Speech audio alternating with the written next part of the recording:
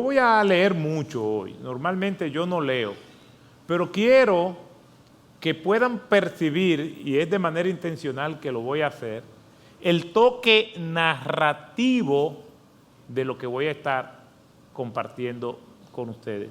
Como que es alguien que le está contando una historia. ¿Por qué? Porque lo que voy a estar compartiendo con ustedes es pura narrativa bíblica. Y el que expone la palabra del Señor, cuando está predicando de narrativa bíblica, entonces tiene que convertirse en un narrador. Cuando está predicando de los libros poéticos, de los salmos, tiene que convertirse en un artista. Entonces, nosotros debemos honrar, no tanto en el momento del estudio, lo cual debemos hacerlo, cada libro tiene su propia hermenéutica particular, aunque hay reglas universales de hermenéutica, hay particularidades que nosotros observamos cuando vamos a hacer una interpretación.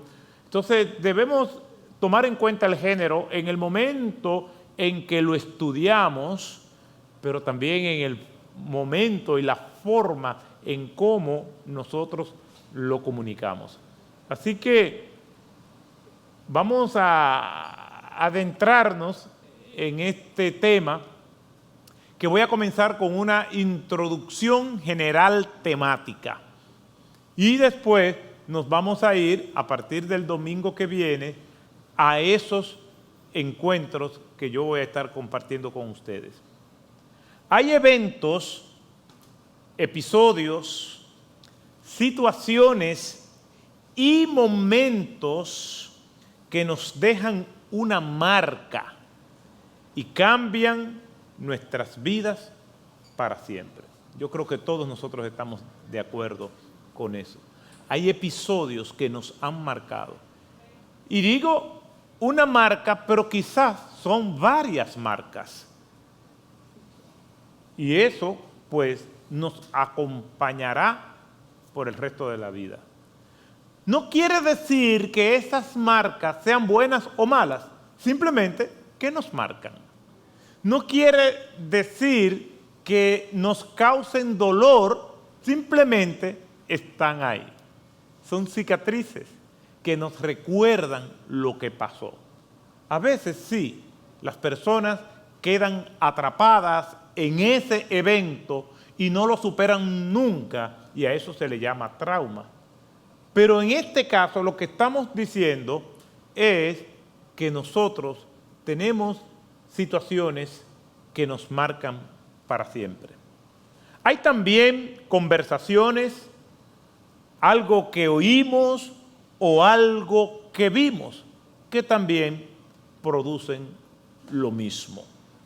Podría ser un libro, un compañero o compañera anónima de un viaje que nos encontramos de manera fortuita en ese camino, una predicación, un suceso de dolor o una celebración. Todo eso pueden marcarnos.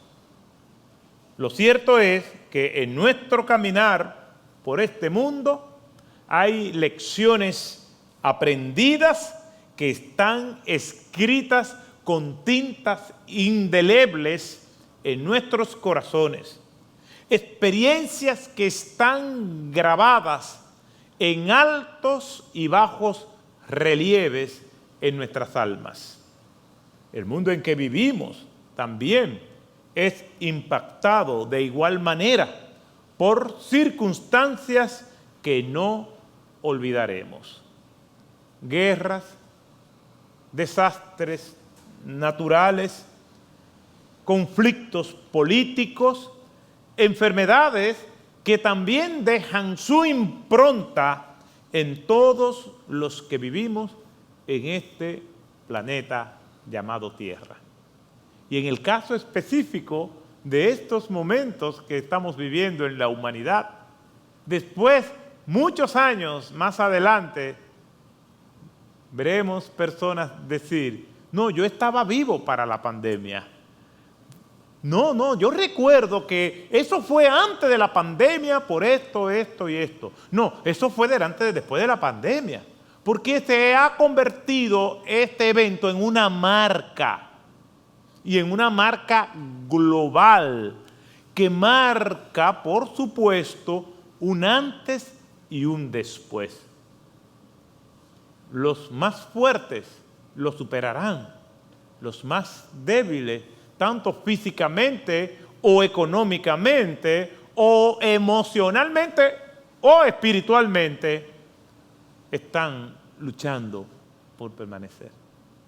Por ejemplo, hay empresas que les sorprendió esta pandemia y han colapsado. Y los expertos dicen que los efectos de esta pandemia va a permanecer por varios años. La economía doméstica también es afectada. Y mientras más vulnerable sea nuestra economía a nivel personal o familiar, más difícil es la recuperación. E igualmente también la salud. La mayoría de los muertos, en un porcentaje altísimo, no en su totalidad, pero casi en su totalidad, eran personas que tenían una salud comprometida desde antes de la pandemia. Y es por eso que tenemos que cuidarnos. Pero no al punto de que estas circunstancias vayan en búsqueda y captura de nuestras emociones y de nuestra fe. Y que entonces la pandemia, haciendo una redada, enclaustre nuestra fe y nuestras emociones, haciéndonos víctimas del temor, de la inseguridad y de la incertidumbre. Porque no nos va a pasar nada que Dios no quiera, nada de lo que Dios no quiera nos va a pasar, y todo lo que Dios quiera, por más que lo evite, me va a pasar. Por lo tanto, nuestra fe y confianza no está en una mascarilla que nos cubre, sino en la sangre de Cristo que fue derramada en la cruz del Calvario por nosotros. No seamos personas que no tienen la capacidad de razonar esto. Y cuando digo nosotros, me refiero a los cristianos. Debemos ser prudentes, y soy reiterativo. No hay una persona que se cuide más que yo. Pero eso es yo cumpliendo con mi parte para que mi conciencia no me mortifique. Pero yo sé que mi fe y mi confianza está en Jesucristo. Algunas preguntas nosotros deberíamos de meditar y de contestar. ¿Podría identificar en tu vida cuáles han sido las situaciones que más te han impactado? ¿Podría identificar en tu vida cuáles han sido esos eventos, situaciones, circunstancias, momentos, conversaciones, episodios, mensajes, tragedias, celebraciones, libros, canciones, relaciones? ¿Podrías identificar qué es lo que más o cuáles son las cosas que más han marcado tu vida? Tenemos que ser capaces de hacer una línea de tiempo desde nuestro nacimiento hasta la vida que tenemos ahora. Imagínense una línea recta. Y en esa línea recta está desde el momento en que nosotros nacimos hasta la edad que tenemos ahora, y decir, bueno, a los 13 me pasó esto. Y todavía yo pienso en eso y a la verdad que eso me marcó. A los 25 me pasó aquello. A los 70 me pasó esto. A los 98 me pasó aquello. Tenemos que hacer una línea de tiempo donde nosotros podamos identificar esos episodios, eventos, circunstancias, momentos que nos han marcado. Que nosotros vemos nuestras vidas y decimos, sí, mírala ahí están las marcas. No me afectan, no me duelen, pero están ahí. Alguien que pudo haber tenido un accidente y ese accidente le atrofió algo de su cuerpo y ahí están las marcas. No duele, no molesta, no me avergüenza, pero ahí está la marca. ¿Podemos identificar eso en nuestras vidas? ¿Cuál es la importancia y la trascendencia de eso? La importancia y la trascendencia de eso estriba en que al identificarla podemos darnos cuenta de cuáles no están resueltas y cuáles sí. De cuáles de esas marcas que están ahí, de esa línea de tiempo, a cuáles de ellas le hemos dado tratamiento para superarlas y a cuáles no. Entonces, eso es de vital importancia. Segunda pregunta, ¿podrías señalar los ingredientes que han endulzado o amargado tu vida? ¿Pudieras decir, de las cosas peores que me han pasado y que yo las recuerdo bien, es esto, esto y esto, pero de las cosas mejores son aquello, aquello y aquello? ¿Podrías identificar esos ingredientes? Y oiga el lenguaje que uso. Es como que en nuestras vidas somos como una receta. Y todo el que ha cocinado y que se está llevando de una receta a veces puede dañar si no tiene la destreza y la habilidad. Y puede ser que con un solo ingrediente se dañe todo. Si estamos preparando una tortilla de huevos y entonces estamos, ¿cómo se hace normalmente? Se va batiendo el huevo y se van echando la tortilla o simplemente se van echando los huevos. De 10 huevos, si hay uno que está dañado, se echó a perder. Entonces, ¿cómo nosotros podemos identificar eso? Tercera pregunta, ¿qué adversidad obró para bien y ahora te das cuenta que eso malo que te sucedió fue lo mejor que te pudo haber pasado? ¿Puedes identificar eso? Y te repito la pregunta, ¿qué adversidad obró para bien y ahora te das cuenta que eso malo fue lo mejor que te pudo haber pasado? Hay cosas en el momento que no lo entendemos y como hablábamos de José y sus hermanos, ¿recuerdan? Que en Génesis capítulo 45, cuando ellos se reencontraron, él se lo dice, y después que murió su padre Jacob, estos hermanos de José, sabiendo lo que habían hecho, están trémulos de pavor, y en el capítulo 50, versículos 20 y 21, José vuelve y les reitera, ustedes pretendieron hacerme mal, pero Dios usó esto para bien. De hecho, eso malo fue lo mejor que le pasó a José. ¿Pudieras identificar en tu vida eso? Última pregunta. ¿Qué o quién puso Dios en tu camino para ayudarte y bendecir tu vida? ¿Quién o qué puso Dios en tu camino para bendecir tu vida? ¿Cuán conscientes estamos de eso? ¿Y cómo le agradecemos al Señor y a los instrumentos que Él usó para bendecirnos? Imagínense este episodio, que es uno de los que vamos a ver. Una mujer con una vida personal desastrosa, no habla con nadie, no quiere hablar con nadie, no quiere tener que rendir cuenta de su vida, no quiere que nadie le pregunte a ella de cómo se maneja en su vida personal y va, como parte de sus labores cotidianas, a buscar agua al pozo a una hora que nadie va para no tener que hablar con nadie de su vida.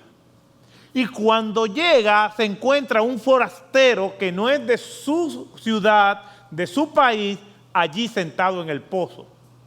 Ella no le dirige la palabra porque no quiere hablar con nadie. Además, los de su raza y de la raza de ese forastero no se tratan. Y este hombre le pide de beber. Esta mujer no quiere hablar con nadie, menos con una persona cuyas razas entre sí son hostiles. Y ella, me imagino que se lamenta por esto. Pero eso, por lo cual ella se está lamentando en ese momento, es lo mejor que le pudo pasar en toda su vida. Puedes identificar algo malo que después te das cuenta que eso malo que te pasó es lo mejor que te ha pasado. Es una paradoja, es decir, es una aparente contradicción. Que eso, que es malo y que presentamos resistencia a eso y que se nos es difícil darle las gracias a Dios por eso en ese momento, sobre todo nosotros los cristianos, que sabemos que la Escritura dice que debemos dar gracias a Dios por todo, y vemos la adversidad, el conflicto, la hostilidad, y hay una lucha entre lo que nuestra convicción nos dice de dar gracias a todo y lo que nos está produciendo ese evento. Y decimos, caramba, qué difícil es esto. Pero después, cuando todo se despeja y cae en su lugar, llegamos a la conclusión que eso malo fue lo mejor que nos pudo haber pasado. ¿Alguien ha vivido por situaciones así? No lo vemos en el momento, pero después nos damos cuenta que fue lo mejor que sucedió. Hoy comienzo entonces una serie de exposiciones que he titulado Conversaciones con Jesucristo, encuentros que transforman vida, a partir de las narrativas que encontramos en los evangelios. Veremos la trascendencia de estos momentos y de distintos puntos de vista veremos la incidencia que tuvo en las vidas de las personas alcanzadas por nuestro Señor Jesucristo. Será evidente el impacto que el mensaje y la vida de nuestro Señor Jesucristo tuvieron en todas estas personas. Desde la óptica teológica bíblica, afirmamos que Jesús tuvo todos esos encuentros para honrar su misión principal. ¿Y cuál es? La salvación de estas personas. Y el mismo Señor, de forma recurrente, apela a esta verdad. Mateo 4, versículo 23. Y Jesús iba por toda Galilea, enseñando en sus sinagogas y proclamando el evangelio del reino y sanando toda enfermedad y toda dolencia. Mateo 9, 35. Y Jesús recorría todas las ciudades y aldeas, enseñando en las sinagogas de ellos. Y Marcos capítulo 1, versículo 39 y 38. Y les dijo, vamos a otro lugar, a los pueblos vecinos, para que predique también allí, porque para eso he salido. Lucas 9, 19, 10. Porque el Hijo del Hombre vino a buscar y a salvar lo que se había perdido. Siempre vemos a Cristo buscando a las personas. Por eso les decía cuando hablaba acerca de Ivo desde la acera, nosotros, los líderes y todos los cristianos, debemos ser proactivos en buscar a las personas para darles lo que más necesitan, que es a Cristo. Pero eso lo modelamos en Cristo. ¿Por qué? Porque un líder no dice vayan, un líder dice vamos. Y lo vemos aquí, por eso insisto en lo mismo. Que es incómodo. Claro, es más cómodo quedarnos en nuestras casas. Y más que estamos trabajando más en estos días, es más cómodo quedarnos en las casas. Nuestro principal aliado es nuestra mente, nuestro cerebro. Y nuestro principal enemigo es nuestro cerebro. Todo depende de cómo nosotros nos manejemos con él. Pero aquí vemos a Jesús buscando a la gente. Mateo 4:23, iba por toda Galilea. Marcos 1:39, y fue por toda Galilea, constantemente buscando a la gente, porque nuestro Señor Jesucristo estaba donde estaba la gente. No era clasista ni elitista. Obviamente hay un balance perfecto en la vida de nuestro Señor Jesucristo, porque ese que siempre estaba donde estaba la gente, ministrando a la gente, sanando a las personas, liberando a los endemoniados, dando de comer a los hambrientos, dando ánimo, dando consuelo, como hemos visto en otras predicaciones, teniendo compasión por la gente, compasión por su condición espiritual, compasión por su salud emocional, compasión por su salud física. Jesús estaba donde estaba la gente, pero ese Jesús tenía ese balance que también era capaz de irse a solas a orar. No era que siempre estaba con la gente, él sacaba tiempo para él estar solo, para él orar, para él meditar, para descansar. Jesús estaba donde estaba la gente, porque su misión principal fue y sigue siendo establecer su reino en nuestros corazones, y esa labor de Cristo, tanto lo que Él era, tanto lo que Él dijo y tanto lo que Él hizo, marcó un antes y un después, siendo la vida de Cristo con solamente 3 años de vida pública, sin los medios de comunicación y divulgación de la información que tenemos hoy, supo marcar el tiempo en antes de Cristo y después de Cristo. Negar ese impacto histórico de lo que Cristo dijo, de lo que Cristo hizo, del pensamiento teológico de Cristo, es un suicidio intelectual. Es mejor que alguien diga, no, yo no estoy de acuerdo, yo no vivo esa vida, pero no vengas a decir que eso no fue cierto. Es ir en contra de la historia. No importa el ángulo desde el cual lo veamos, el mensaje de Cristo ha sido el más relevante de toda la historia. La persona y mensaje de Cristo pasa de manera airosa por los filtros de la antropología, de la filosofía, de la sociología y de la política. Si lo examinamos con objetividad y justicia, reaccionaremos con fascinación, humillación y gratitud. Sin embargo, el crítico hostil no lo ve así.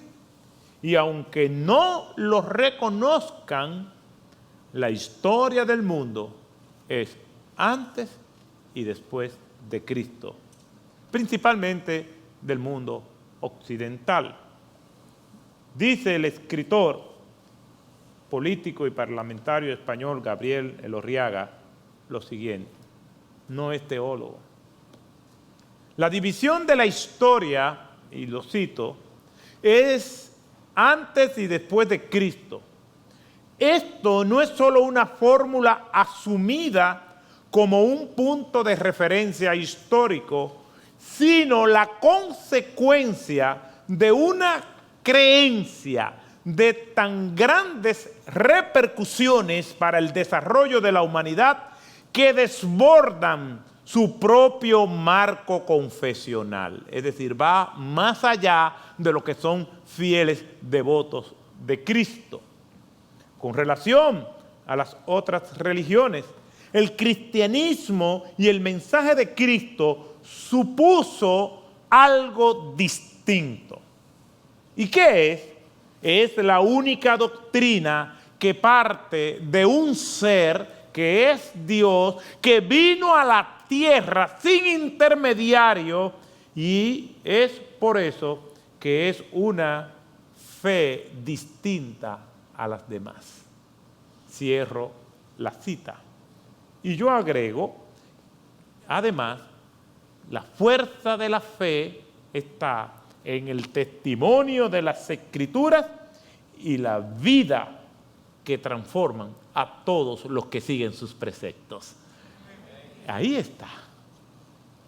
Esta referencia histórica se debe a que mientras el mundo greco-romano tenía sus dioses distantes, en la fe cristiana Dios se hace hombre en la persona de Jesucristo, que vino a buscar y a salvar lo que se había perdido. Y nació de manera humilde para con esto decir que estaba al alcance de todos. Por eso los oficialistas del mundo religioso judío no podían poder cotejar y asimilar este concepto.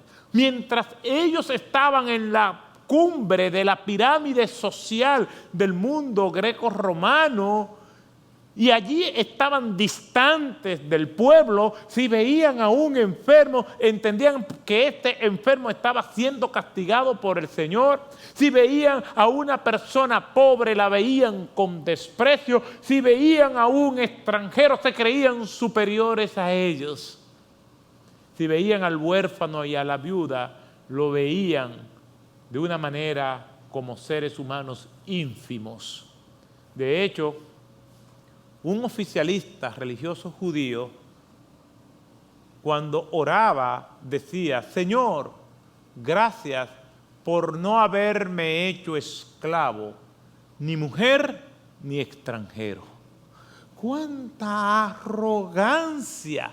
Por eso no podían asimilar que este carpintero que nació en un pesebre era Dios mismo. Y aquel verbo se hizo carne y vimos su gloria, gloria como la del unigénito Hijo del Padre, lleno de gracia y de bondad. Ese es nuestro Señor Jesucristo. Como dice un autor, Dios en sandalias, caminando por las polvorientas calles de Jerusalén, al alcance de todos, en una cultura donde los niños eran despreciados. Hasta los niños, acostumbrados a los cogotazos de los fariseos, podían correr hacia Jesús y venir y recibirlo y cargarlo, porque lo veían distinto. Dice John Stott: al margen de lo que pueda creerse o pensarse acerca de él, Jesús de Nazaret ha sido la figura dominante de la historia y la cultura occidental durante 20 siglos. Nos guste o no nos guste, es así. Y lo que somos cristianos nos gusta. Es notable el tiempo que nuestro Señor Jesucristo dedicó en esta búsqueda para alcanzar a los perdidos. Es notable que Jesús amaba a la gente. Le preguntaron en una ocasión cuál es el primer y grande mandamiento. Su respuesta fue sencilla: amarás al Señor tu Dios con todo tu corazón, con toda tu alma y con toda tu mente. Y el segundo es semejante: amarás a tu prójimo como a ti mismo. Por eso, Ivo desde la Cera nos lleva a poner en práctica el amor que nosotros decimos que tenemos por Dios, mostrándolo. El amor no es una teoría, el amor es demostración.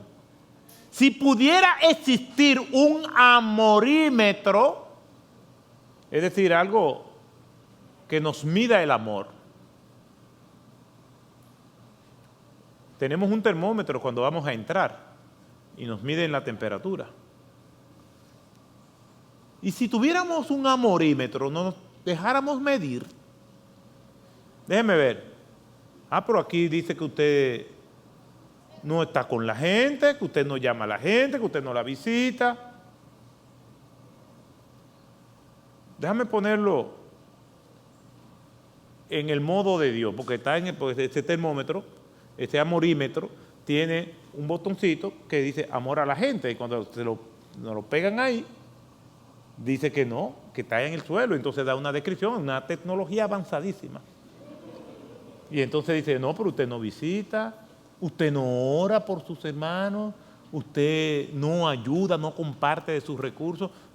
Pero usted ama a Dios. No, eso dice ahí, pero a Dios yo lo amo.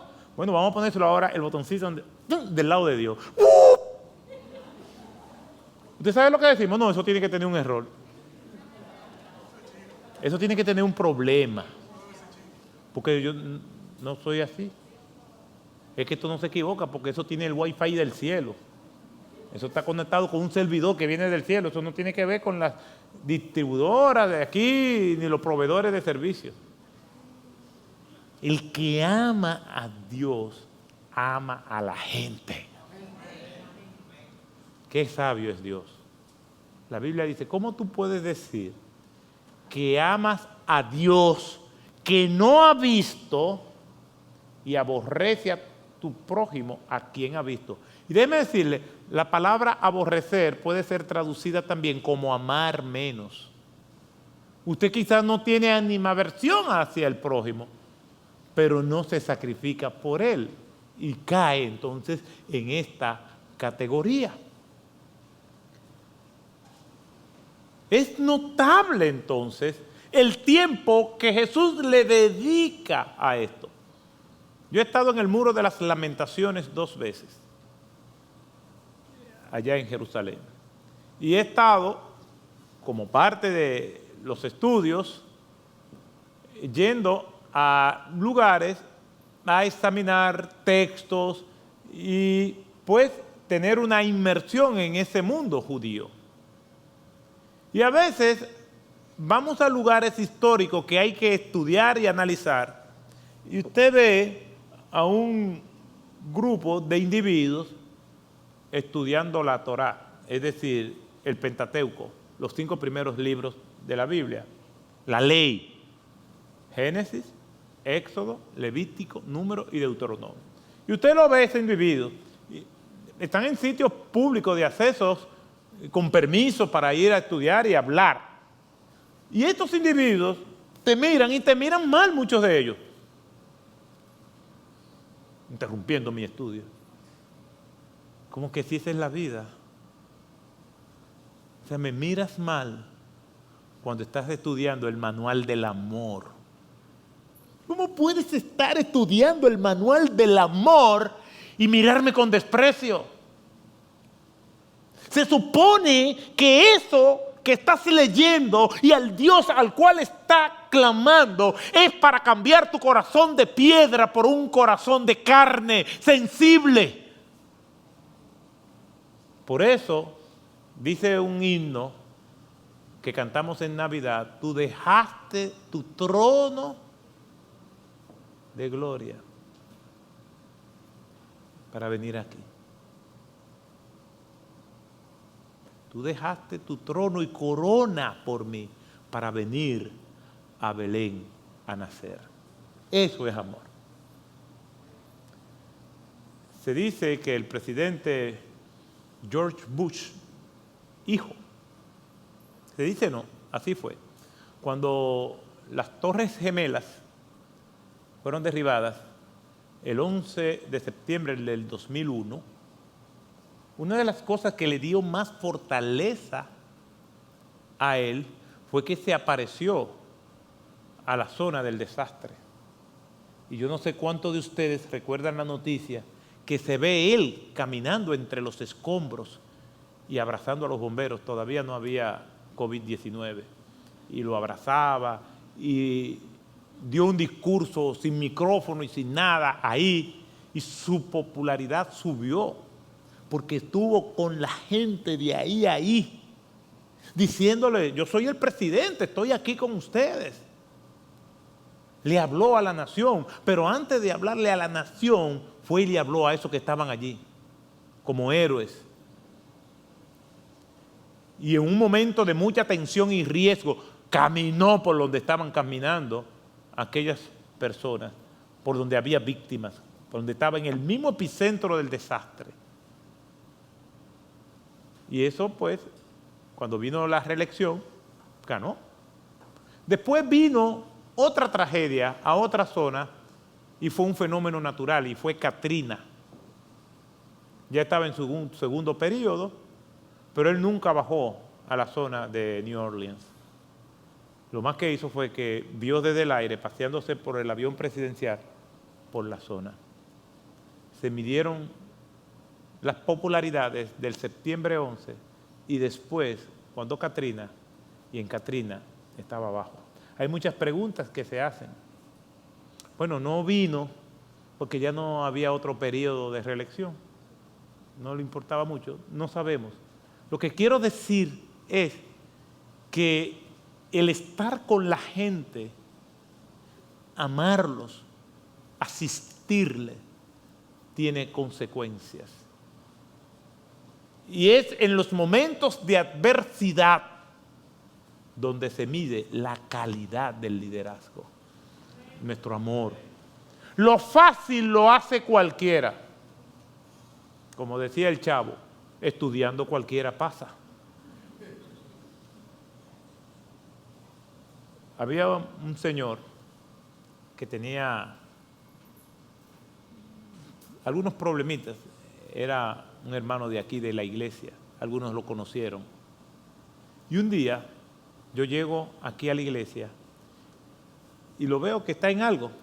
Cuando me acerco, él está tratando de ensalzar una aguja.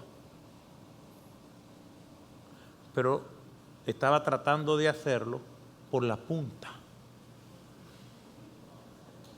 Y yo lo veo y yo decía: wow, yo sabía que fulano tenía problemas, pero no a ese nivel.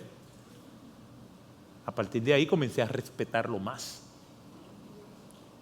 Y yo le digo: pero la aguja está al revés, el hilo se introduce por aquí abajo, por el hoyito, y dice: por ahí lo hace cualquiera, es por aquí que yo quiero hacer.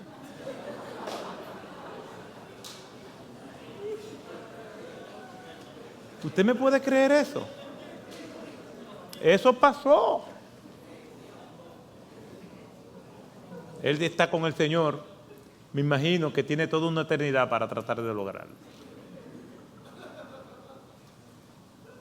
El Señor estaba donde estaba la gente.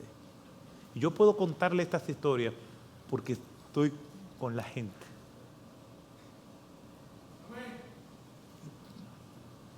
Jesús dedicó gran parte de su tiempo en un balance perfecto a ministrar a las multitudes, como lo vemos, y ministrando a personas de manera particular. Y de eso se trata todo esto que vamos a estar viendo en una serie que yo creo que será fascinante. Conversaciones con Jesucristo.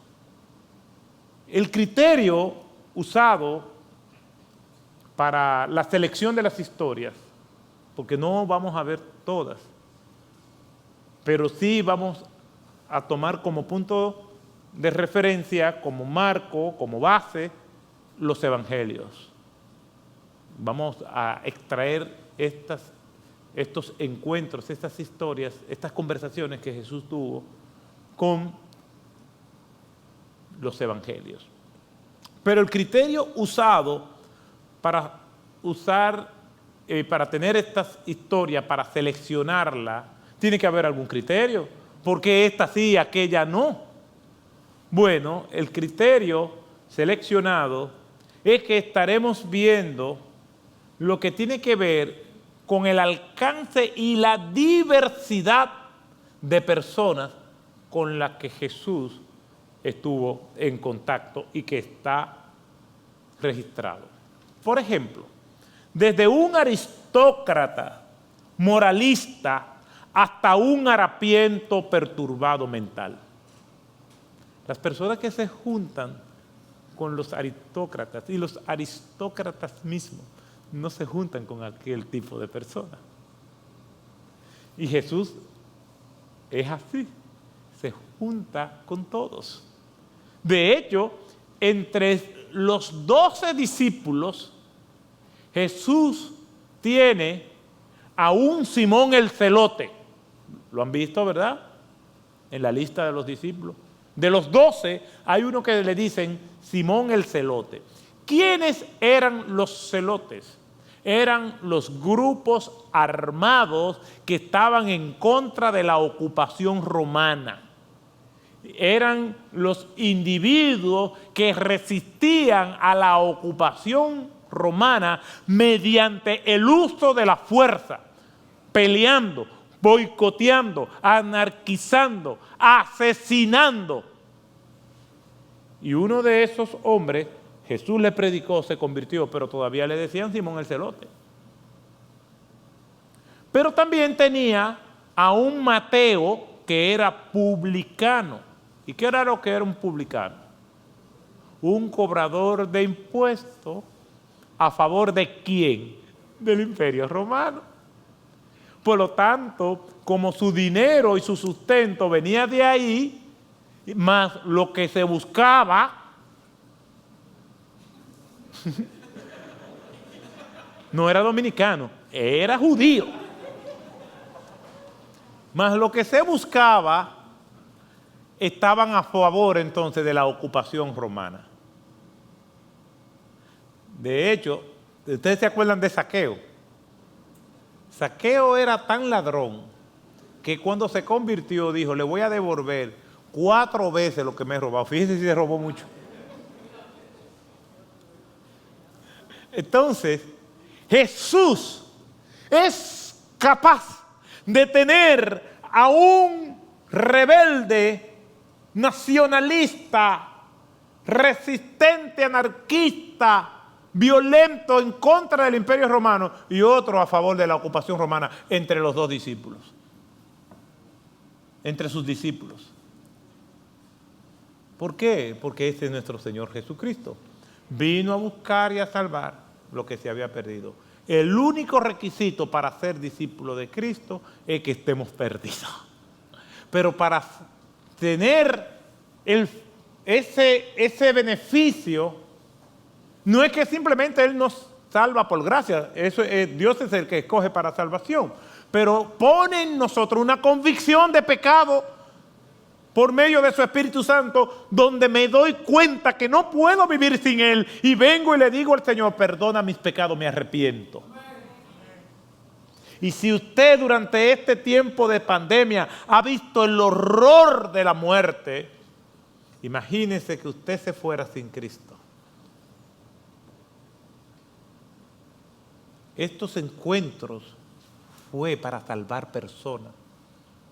Y esos encuentros se siguen dando cada vez que nosotros proclamamos la palabra de Dios como lo estamos haciendo hoy, para que usted venga a los pies de Cristo y se arrepienta de sus pecados y le diga, Señor, sálvame. ¿Qué criterio hemos usado? El alcance y la diversidad. Desde un líder religioso hasta una mujer extranjera de reputación dudosa. Y desde un general de un país opresor a un nacionalista genuino. Todos con sus propias historias, con capítulos escritos con risas y lágrimas. La diversidad de las personas alcanzadas por Cristo están registradas básicamente en los evangelios.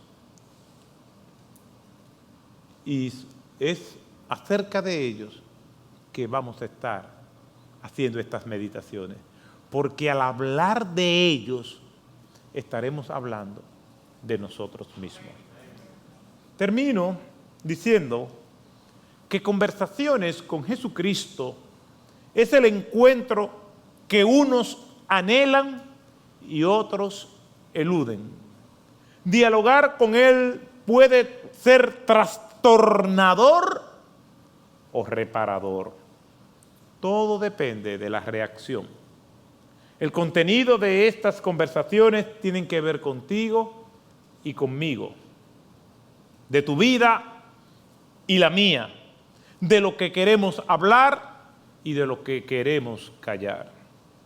Pero sobre todo, tiene que ver con Él, con el que inicia estos encuentros y conversaciones, nuestro Señor Jesucristo. Tiene que ver con lo que Él ofrece. Tiene que ver con su amor, su propósito y de todo aquello que solamente Él puede dar.